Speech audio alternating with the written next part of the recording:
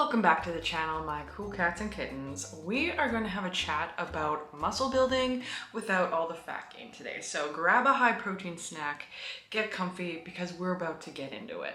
Everyone kind of knows that you need to be in a surplus in order to gain muscle, but in this video we are going to go over the science, the facts, and everything you need to know to gain as much muscle as possible as a woman without gaining much fat or any fat at all. 99% of the stuff that I'm about to tell you, I wish I had known 10 years ago because it took me 10 years to get to a body where I feel confident in, I don't feel the need to change in any way, and I'm just living life. I'm loving it. I'm thriving. Make sure that you subscribe to the channel for more value, and let's get into it. First things first, let's talk about why we want to gain some muscle. You are probably here for the aesthetic reasons because you've heard somewhere down the grapevine that muscle weighs more than fat and it makes you toned and lean and yada yada yada, and that's all true. However, muscle mass does a lot more purposes than just aesthetically pleasing yourself and other people. So the reason that we want to build muscle in order to get leaner is because muscle is metabolically more demanding than fat mass. So you've heard the term skinny fat. These people do not have a very fast metabolism, meaning that they don't burn a lot of calories at rest. If you increase your muscle mass, then you will inherently burn more calories at rest just watching Netflix, just watching YouTube, whatever the heck you're doing, rather than your counterpart who was skinny fat. Which this also brings this up for me. The worst thing you can do for yourself along this body recomposition journey of yours is measure your progress via the scale. The scale will likely not change, and you have to expect that because again, you are kind of trading muscle mass for your fat mass, so you are not going to see much change in the scale, and you might even see it go up sometimes, which is totally fine and totally normal. Go by progress pictures, go by measurements, because those are much better benchmarkers of your progress than the scale ever will be. The scale is an indicator of progress as well if you have a lot of fat to lose, so that is something that you can explore with your own coach or your own, you. But if you get triggered by the scale, honestly, I suggest don't even weigh yourself because it's not even important.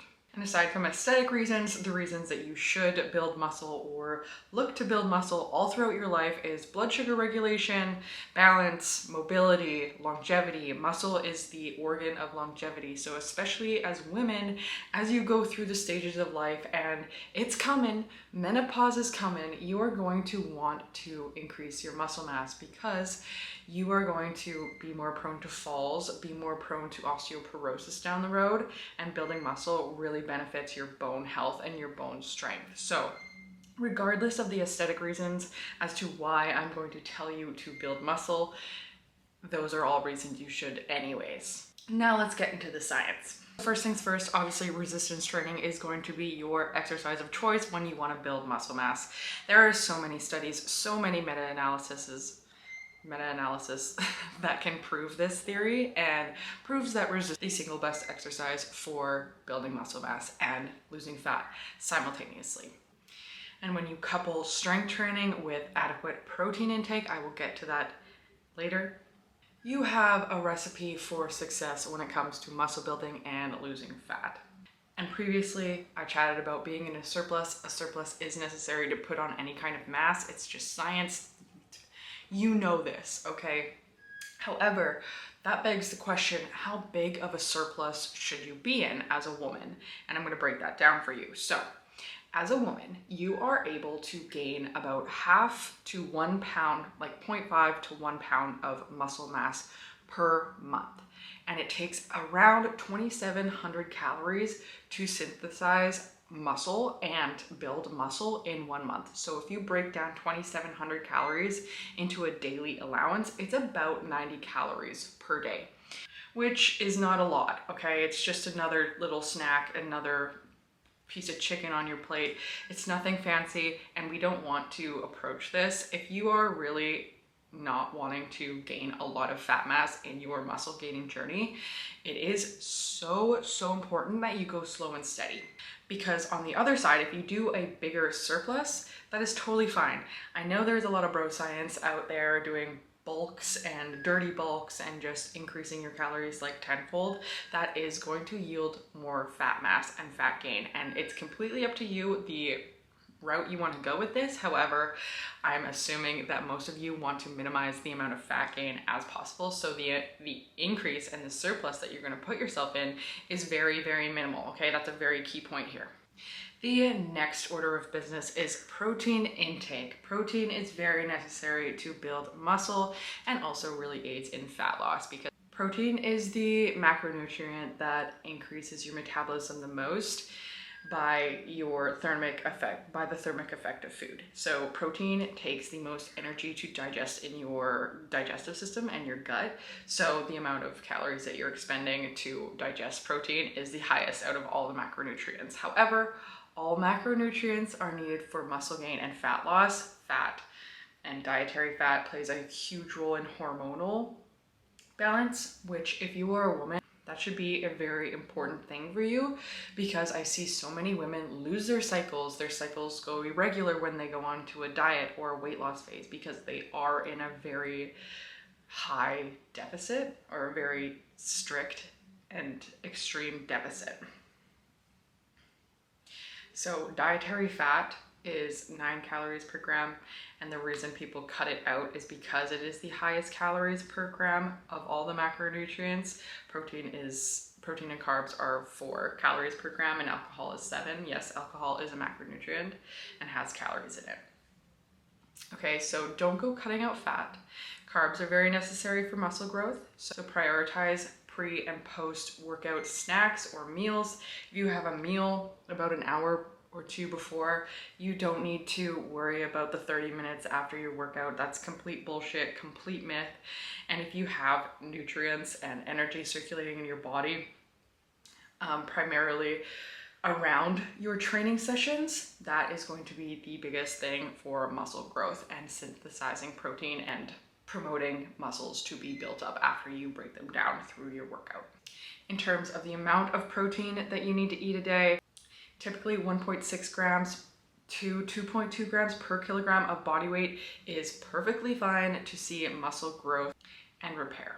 So what I want you to take away from this video is, in order to get results of gaining muscle without gaining a lot of fat, the 2 things that I want you to do is 1, strength train.